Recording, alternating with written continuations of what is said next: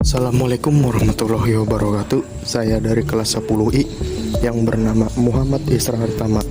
Saya di sini akan menyampaikan materi informatika yang berjudul Sejarah Perkembangan Komputer.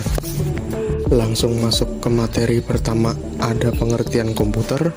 Komputer adalah alat elektronik otomatis yang dapat menghitung atau mengolah data secara cermat menurut instruksi dan memberikan hasil pengolahan serta dapat menjalankan sistem multimedia.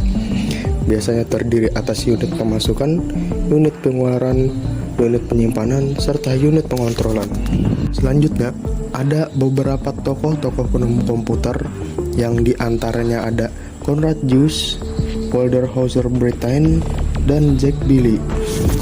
Sini ada komputer generasi pertama yang ada pada tahun 1949 sampai dengan 1959. Komputer generasi pertama memiliki ciri-ciri utama, yaitu ukuran fisik yang besar.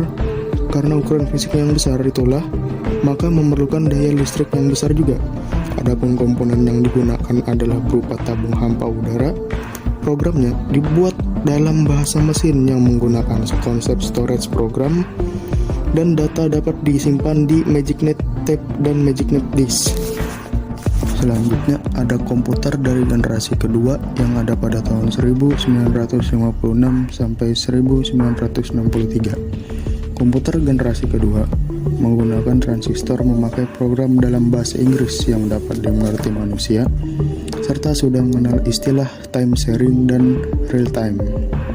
Time sharing adalah pemakaian komputer bersama-sama, sedangkan real time adalah penggunaan simpanan luar. Selain itu, proses dari generasi kedua agak cepat serta berukuran dan berdaya listrik yang lebih kecil.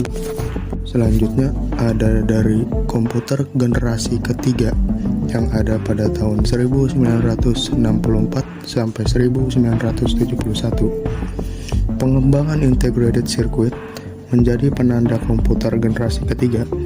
Dalam pemakaian komputer generasi kedua, transistor membuat komputer menjadi cepat panas. Hal ini menyebabkan komputer generasi kedua mulai ditinggalkan. Kemudian pada tahun 1938, Jack Billy menciptakan Integrated Circuit Chip atau IC. IC ini merupakan kepingan kecil yang mampu menampung banyak komponen menjadi satu. Jadi, komputer pada generasi ketiga ini menjadi lebih kecil, cepat, dan murah. Pada masa ini, memungkinkan juga untuk dipasarkan ke khalayak umum. Lanjut ke generasi keempat yang ada pada tahun 1971 sampai dengan 2024, yaitu masa sekarang. Komputer generasi keempat telah menggunakan large scale integration dengan bentuk yang lebih kecil dan bermemori besar. Pada saat ini, komputer mikro juga mulai dikembangkan. Komputer generasi pertama yang besarnya hingga bisa mengisi seluruh ruangan. Komputer generasi keempat sudah muat dalam genggaman manusia. Pada masa ini, mulai muncul laptop yang sangat portable dan dibawa kemana-mana. Seiring komputer-komputer kecil menguat, mereka dapat dihubungkan untuk membentuk jaringan yang pada akhirnya mengawali perkembangan internet. Next ke generasi yang terakhir, yaitu generasi kelima yang ada pada masa sekarang hingga masa yang akan datang.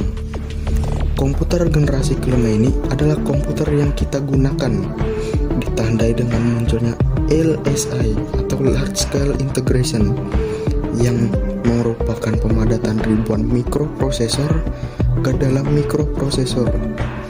Komputer generasi kelima ini juga ditandai dengan munculnya semikonduktor. Dan di sini ada 3 jenis komputer yang sebenarnya ada banyak.